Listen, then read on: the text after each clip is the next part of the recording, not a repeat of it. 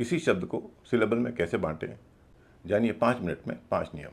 इन दिनों हम अंग्रेजी उच्चारण के 7 नियमों पर बात कर रहे हैं, लेकिन उन नियमों पर चर्चा करने से पहले ये ज़रूरी है कि हम 2 शब्दों को अच्छी तरह से समझ लें।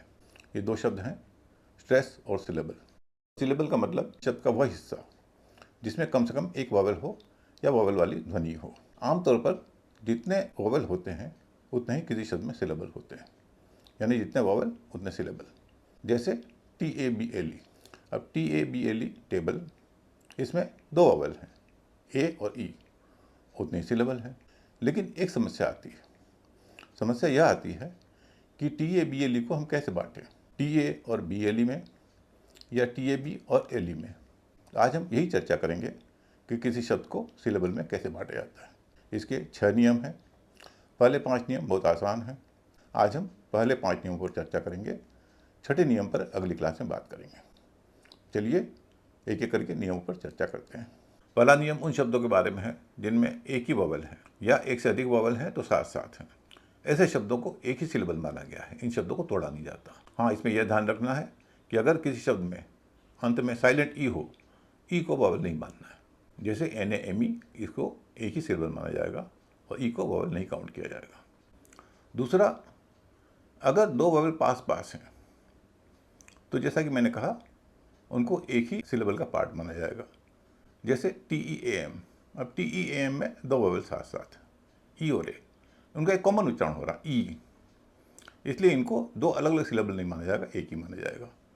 इसके साथ यह भी ध्यान रखना है अगर 2 वॉवेल साथ साथ हों, उनका अलग अलग उच्चारण हो रहा हो तो उनके 2 सिलेबल होंगे, एक सिलेबल नहीं होगा। जैसे पियानो, इसमें आई और ए एक साथ, इन दोनों का अलग अलग उच्चारण हो रहा है, इसलिए इनको 2 सिलेबल माना जाएगा, इनको एक ही सिलेबल नहीं माना जाएगा। नियम 2 उन शब्दों के बारे में है जिनमें 2 कॉन्सोनेंट बीच में हैं, उनके दाएं और बाएं वॉवेल हैं।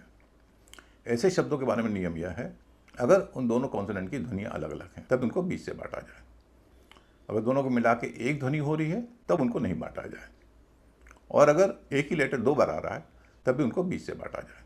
आइए कुछ उदाहरण से इसको समझते हैं। HUSBAND, इसमें U और A के बीच में 2 कॉन्सोनेंट हैं, S और B। क्योंकि S और B का अलग अलग उच्चारण हो रहा है, S का हो रहा है ज, B का हो रहा है ब, इसलिए इनको बीच से बांटा जाएगा। HUSBAND, 2 syllable. DOCTOR, वही स्थिति है। O और O 2 वॉवेल हैं, बीच में 2 कॉन्सोनेंट हैं, C और T, दोनों का अलग अलग उच्चारण हो रहा है। क्योंकि अलग अलग उच्चारण हो रहा है इसीलिए इनको बीच से बांटेंगे। DOCTOR, doctor.